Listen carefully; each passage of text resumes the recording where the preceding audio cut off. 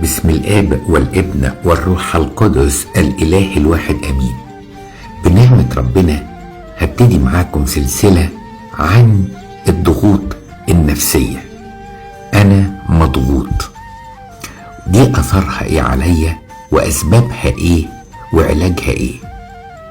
أكيد الإنسان عبارة عن جسد ونفس وروح، وأوقات كتيرة قوي حياته الروحية ما بتبقاش مستقرة لما تكون الضغوط النفسية مش مستقرة أو تعبان.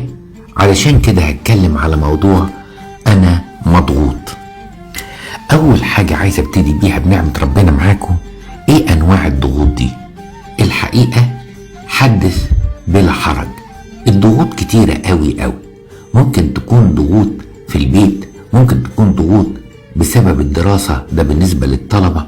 ممكن تكون ضغوط بسبب الحالة المالية والحالة الاقتصادية اللي بتعاني منها الأسرة، فالطلبات كتيرة والمتوفر من الفلوس قليل، فده بيسبب نوع من أنواع الضغط أو التذمر أو الضيق أو الإحساس بالعجز.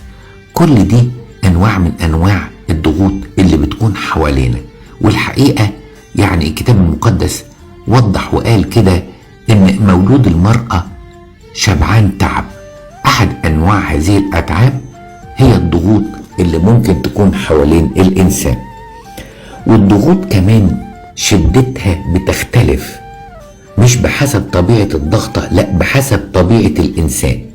يعني في إنسان هادي، في إنسان ردود أفعاله كده متحكم فيها، وبالتالي الناس اللي بالشكل ده إحساسها بالضغوط تكون أقل من ناس تانية طبيعتها متوهجة أو طبيعتها قلوقة أو طبيعتها قابلة للشد.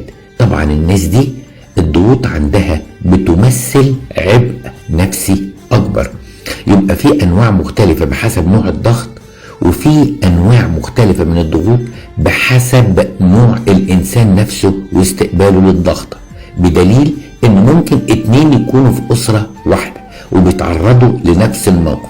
واحد يقول ربنا موجود ما تقلقوش الدنيا بخير، واحد تاني يقول ازاي الإنسان هيحتمل الظروف اللي هو فيها وعمره ما هيكون بكرة أحسن من النهاردة، انتوا بتخدروا نفسكم، الدنيا من سيء إلى أسوأ. طيب هو انت كده محلتش المشكلة، لكن انت زودتها. على الأقل النهاردة فتحنا الموضوع بتاع الضغوط، ايه هي أنواعها وايه هي أنواع الناس. الحقيقة الموضوع ليه بقية، بس الوقت مش هيسمح ان احنا ندخل في اكتر من كده النهاردة. صباح الخير وربنا يحررنا من كل ضغط.